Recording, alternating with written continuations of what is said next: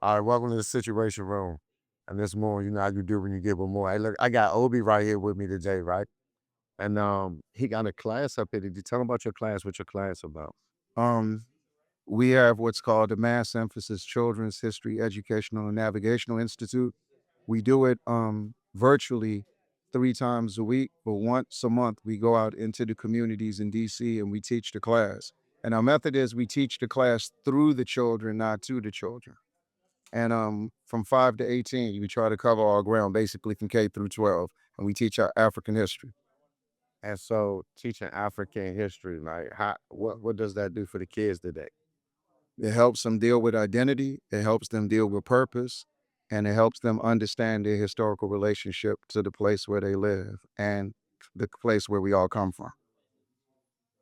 All right, so we made a comment about uh finding a young doctor, sending them to Cuba and getting them right. Can you give a quick little Yeah, 25 years ago, Fidel Castro made an agreement with the Black Caucus that he was willing to offer 500 scholarships a year, where kids would go to the Latin American School of Medicine, be trained for 7 years. The scholarship is worth $250,000. And they would come back to the poorest parts of the United States of America and give our people the best medical representation they've ever had since we got here in chains in the 1600s. high? And that's knowledge for your butt right there. Yeah. I appreciate you coming through. We got something that I know, no doubt. Over them, though. These non-communicable, let me hear everybody say that, non-communicable diseases. Now, communicable diseases. Give me some examples of some. Okay. Do any of you have relatives that, anybody got diabetes? Okay, that's one. Cancer, heart disease, strokes. In 2011, I had the honor of being around the president of Zimbabwe, and I was part of his press team at that time. And at the United Nations, they called an emergency meeting, and they made all the African nations come. And what ended up happening was they said in 2011, how many years ago was that? 14 years ago. Good at math. They said from 2011 to 2038, 57 million people on the planet would die from non-communicable diseases. What is the thing about non-communicable diseases? That's why we wanted Jakes and Adrian to come in here. They are what? They can be prevented. If you exercise, if you take nutrition serious, you don't have to worry about non-communicable diseases. But our people in this country, how many people do we have in this country that look like us? Anybody know the number? 50 million. 45 million. We're 12% of this country. That's it. But our diabetes rates, our cancer rates, our heart attack rates are higher than everybody's. And when you go past the cemeteries at night and you see those cemeteries and you see our loved ones in there, they're not there because of the police, the majority. Even though law enforcement kills us every 28 hours, they're not there because of gun violence, gang violence, whatever you want to call it. That's not the number one reason. Cancer is the reason. Diabetes is the reason. Heart attacks are the reason. Y'all ever watch anybody have a heart attack before? Y'all ever watch anybody have a stroke before? That's what we got going on. So our fight as a people for liberation is connected to healthcare. We have to have it. And when we talk about fighting for liberation, what is the other part that people fail to mention all the time? We're fighting for liberation and what? Human dignity, the things you need. Gotta have water, gotta have education, gotta have health care, gotta have a roof. So at every phase of our struggle, here we go. And let's go over them again, once again. And all of this is heart related. Cardiovascular, that's heart. Cancer, that's what that is. Prostate cancer, lung cancer, brain cancer. Chronic, that's heart. Diabetes, that's sugar. Too much alcohol, diabetes. Too much candy, diabetes. But all of that, that's why we love these brothers right here. What you are doing, you are at the forefront of the fight against non-communicable diseases. And if you keep doing what you're doing, it's a fight we are going to win. So we salute your efforts. Thank you. All right, go to the next slide. You heard of these organizations? They should be household names. National Medical Association, we formed in 1896. Why is that important? What were we doing in the 1860s, 1850s, 1840s? What were we doing in this country? Capture, picking cotton, tobacco from sun up to sundown, right? So 33 years later, we got enough doctors to create this organization. But why did they have to create? They had to create it because the American Medical Association would not allow them to be part of it. To them, you belonged on the plantation. You never were supposed to be a cardiologist, never supposed to be a brain surgeon, never supposed to be able to do something to raise the standards of living for everybody that looks like you. You weren't even supposed to envision yourself being like that, a doctor. And then in 1971, we had the National Black Nurses Association. Yes, it's loud. Okay. It might be running you out. Yeah. Okay. No, it's cool. Okay, we all right, brother. Hands around that brother. Up, who's good at all. All right, so look. So go to the next slide. Anybody in here? I'm talking to the young people. We're teaching through the young people. Y'all know that, brother? See them before? That's Dr. How y'all doing? That's Dr. Daniel Hale Williams. What's his name? Why is he important? That's the first person that looks like y'all to perform heart surgery in the United States of America. But that's an individual achievement, right?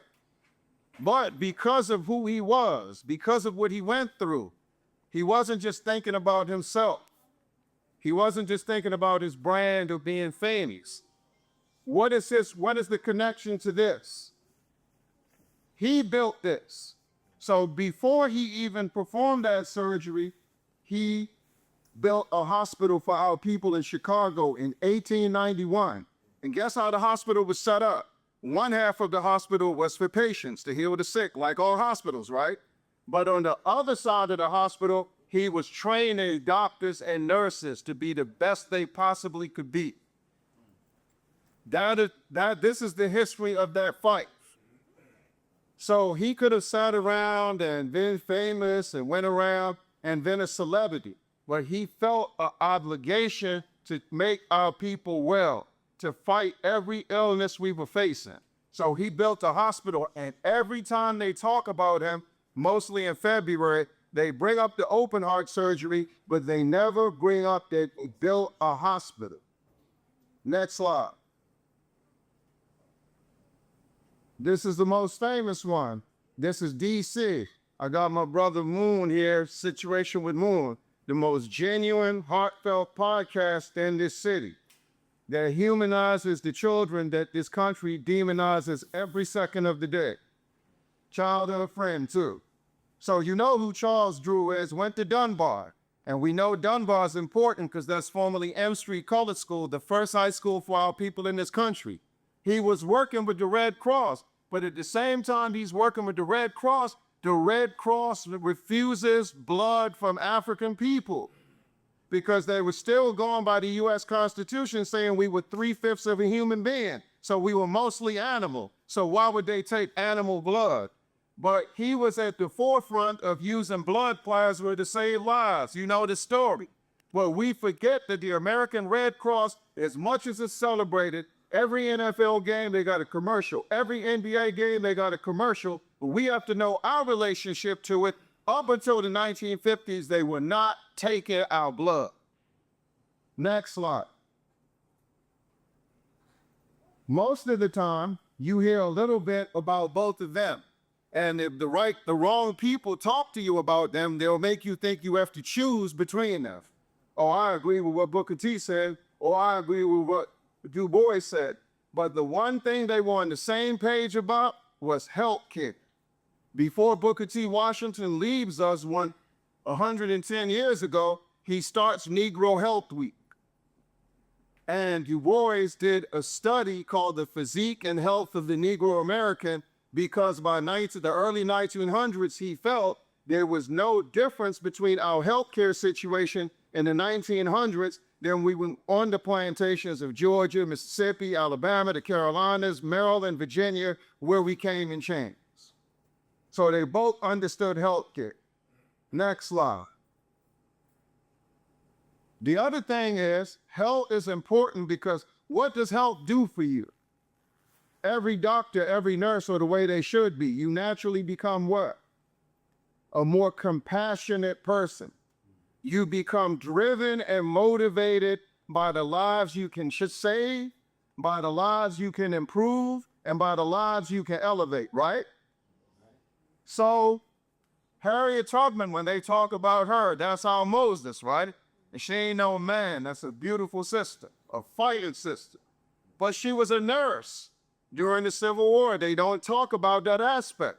So we have to, anytime, and then this man, because we don't separate our history in North America from our history in South America, Central America. Wales, our history ain't a pizza. You can't slice it up. And if you try it, we're going to put it back together because we have to do that. And Samora Machel, he was, let me hear y'all say his name in case you've never heard of his name before. He was the leader of the revolution in Mozambique. And guess what he was? A nurse. So, and his middle name, his birth name was Moises. That's how you say Moses in Portuguese. So what's the most key point here? Men can be nurses, women can be liberators. Let me hear the young people say that. Men can be nurses, women can be liberators. Thank you. And as long as you got that African fighting spirit, that's what matters more than anything. Next. Okay. When we talk about non-communicable diseases, there's a mental part to that. And how many people in here have heard the word mental health? So when we talk about mental health, for us, that means loving who we are. And loving who we are is loving everybody around us, right? We won't let the Bible get in the way of that. We won't let the Quran get in the way of that. We won't let geography get in the way of that. We won't let language get in the way of that. African peoplehood all day, every day. Let me hear the young people say that. African peoplehood all day, every day. And that includes brotherhood, sisterhood, all of the above. And loving the elders too. That's the other thing health does. Because there's an area of health that deals with taking care of our elderly. And y'all know what y'all call that? One of them fancy words, but it just means loving the healthy elderly. Let me hear y'all say that. Gerontology. Gerontology. You love your grandmother? Yeah, both. You love your great-grandmother? You love your great-great-grandmother? Yeah, you're supposed to. So this brother right here is Dr. Kenneth Clark. And Brown versus Board of Education, which was our case to desegregate the schools in this country, right? It doesn't happen without him. He does this doll test, and he's got beautiful African children. And he puts them in a room like this, and he says, what's the ugly doll? And each and every time they pick the doll that looks just like them. So dealing with the mental, we've been dealing with that for the longest. But if we show the history of how we've overcome it, nobody will be compromised by being mentally rejecting of who they are. Rejecting of their appearance, rejecting of their noses, their lips, whatever the case may be. Next. At one time, the young ones, y'all don't know what this is, do you? But those in our generation, you know what this is. This is a Caucasian figure with a dirty underwear on, but he was called the king of the jungle. And without fail, if you went to the movies in Cleveland or Detroit or Mississippi or DC or New York, and they were showing the Tarzan movie, you know what we were in there doing? And he's supposed to be the king of the jungle, so he's supposed to be the king of Africa. And right here, he's beating up an ape and he's strangling a big snake. But most of the time in Tarzan movies, he was fighting hundreds of us. And guess what we were in the movies doing? scream and cheered for Tarzan. Kill them all, Tarzan. So overcoming the mental self-hatred, that is part of this fight dealing with healthcare. Next slide. Tuskegee experiment, y'all know about this? From 1932 to 1972, they're injecting us with syphilis, a venereal disease. Lord Jeffrey Amherst, the college in Massachusetts, University of Massachusetts, named after him, injecting smallpox in the blankets of Native Americans. So when you pay attention to health, you see how health, let me hear y'all say something, biological warfare. This happens next. And that happened to us for 40 years.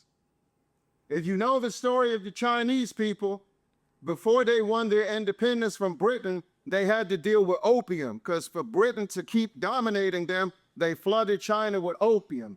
This was the biggest opium dealer in China.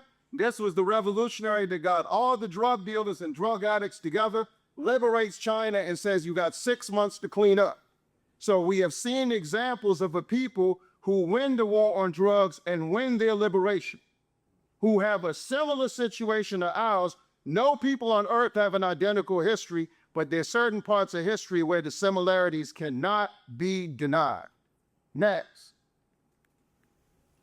Dr. Carter G. Woodson, when we did our second program here back in February, we focused on him because this is the father of African history.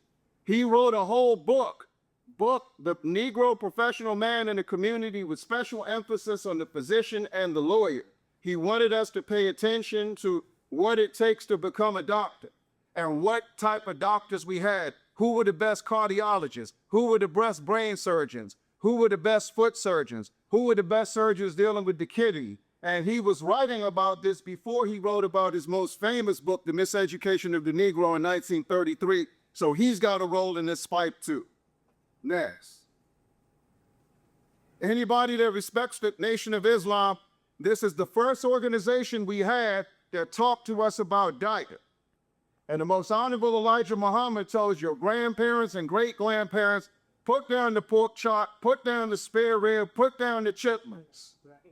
First organization that taught us to love ourselves, embrace who we are, reconnect with our past, but put nutrition in the conversation.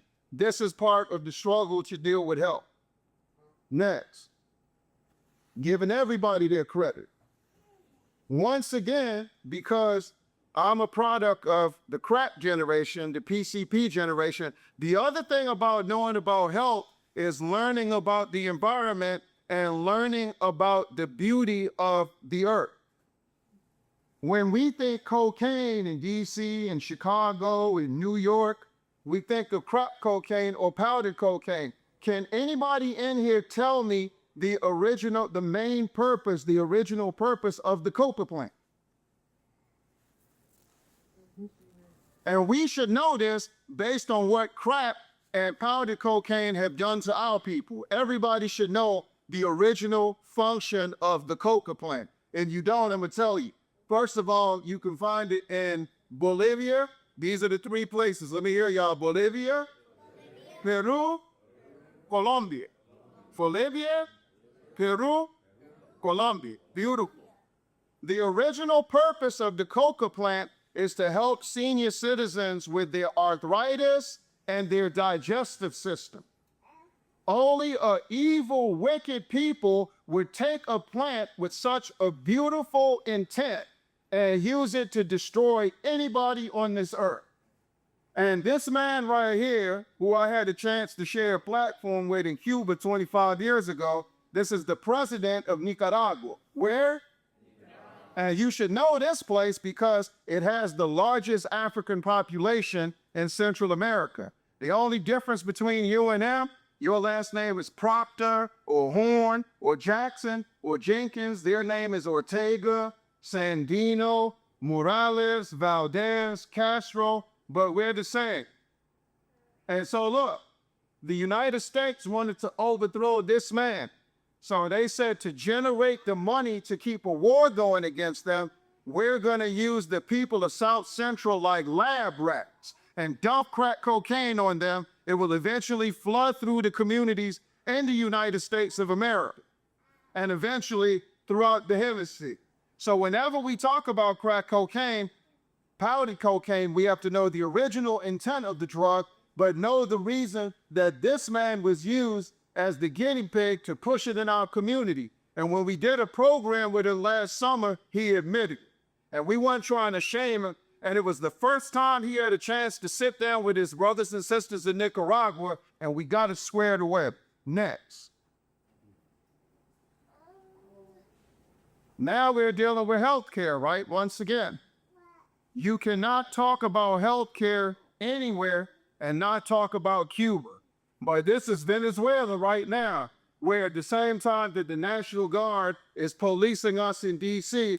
and making us focus on that, they've bombed Venezuela 3 times in the last month. This is a country that says that the key to changing our situation in North America, South America, Central America, Latin America is 250 million of us getting together and forming a bond of unity like we've never had. But we focusing on healthcare. So about 20 years ago, these were the 2 leaders. Neither one of them are with us anymore. But they got together and they did a project called Operation Project Miracle. What did I say? Okay. And hundreds of thousands of people had their eyesight restored. What is it called when you go blind? Glaucoma. Glaucoma. And so they led the fight to eliminate glaucoma. And we talked about diabetes earlier. Cuba has developed the first vaccination. What freaks people out? What scares people about diabetes? What can happen to you? Amputation. They've developed the first treatment to prevent amputation. The very first treatment in the history of the modern world. During the corona pandemic, they sent 57 troops of doctors. Well, my nephew went to medical school. How many young people in here want to be a doctor? We got to get some doctors. And so we're going to sit down with our brother Moon, and we're going to go through these neighborhoods in D.C., and we're going to find the doctors. And we're going to send them to Cuba so they can come back to Southeast D.C., Northeast D.C., Northwest D.C., and be the best doctors our people have ever had. That's our goal. Next. Was that all the slides? Yep. Okay. And the best type of doctor is a doctor that saves lives on the operating table, but when they're not on the operating table, they're on the front line fighting for our liberation.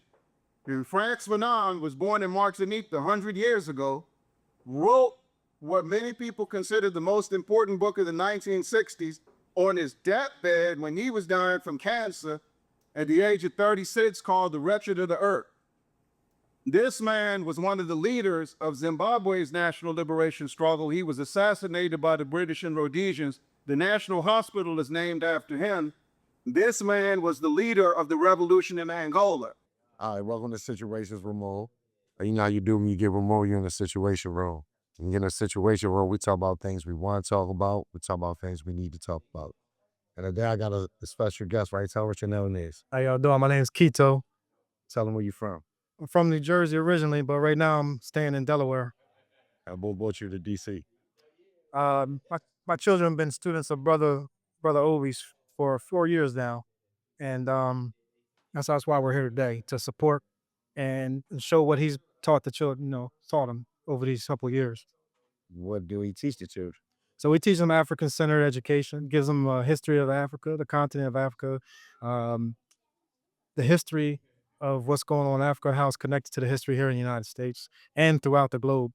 I'm sorry. Great. Oh yes. So yeah, he's been a part of their lives. I trust him with him, as far as how he teaches and what he teaches. It's one of those courses that's complementary to a college degree, Pan-African class, for sure. All right, welcome to Situations Remote. And you know how you do when you get remote, you're in a situation room. And when you get in a situation room, we talk about things we want to talk about. We talk about things we need to talk about. And I got a good group of kids right here today, man. Super talented group of kids. Tell Tell them your name, tell them how old you are and where you from. My name is Femi, and I'm from Bowie, Maryland, and I like sports and music. How old are you? I'm How old are you? 10. Where you from? Quito. I'm from New Jersey, and I'm 12 years old. And what's your talent? Engineering. That's sweet. My name's Natiru. I'm from DC and I play basketball and I'm 12. My name's Amina. I'm from Washington, D.C. I'm 13 and I don't have a talent. My name is Kaleem. I'm from DC. I'm 10 and I like sports. My name is Moselle. I'm from New Jersey. I'm 12 years old, and my favorite sport is basketball. My name is Desta. I'm 16. I'm from Atlanta, Georgia, and I really like to draw. My name is Zenzi. I'm from Jersey. I'm 15 years old, and I'm a photographer, basketball player, and I do digital art. And what brought y'all here today? Well, Brother Obie, he's been our teacher for a good 4 years. The information that we get from him is very valuable. So to be able to be in a room with him rather than on a virtual screen is much better. And yes. So he y'all teach on a virtual screen? So how often do y'all get to see him in person? It's been a long time, but I say about every couple years or so. So at y'all age, y'all like the teaching? You like the courses? You like the classes? Everybody like the classes? Yes. See that? Good job by the black man from the black community teaching, you know what I'm saying? And this moon. We up.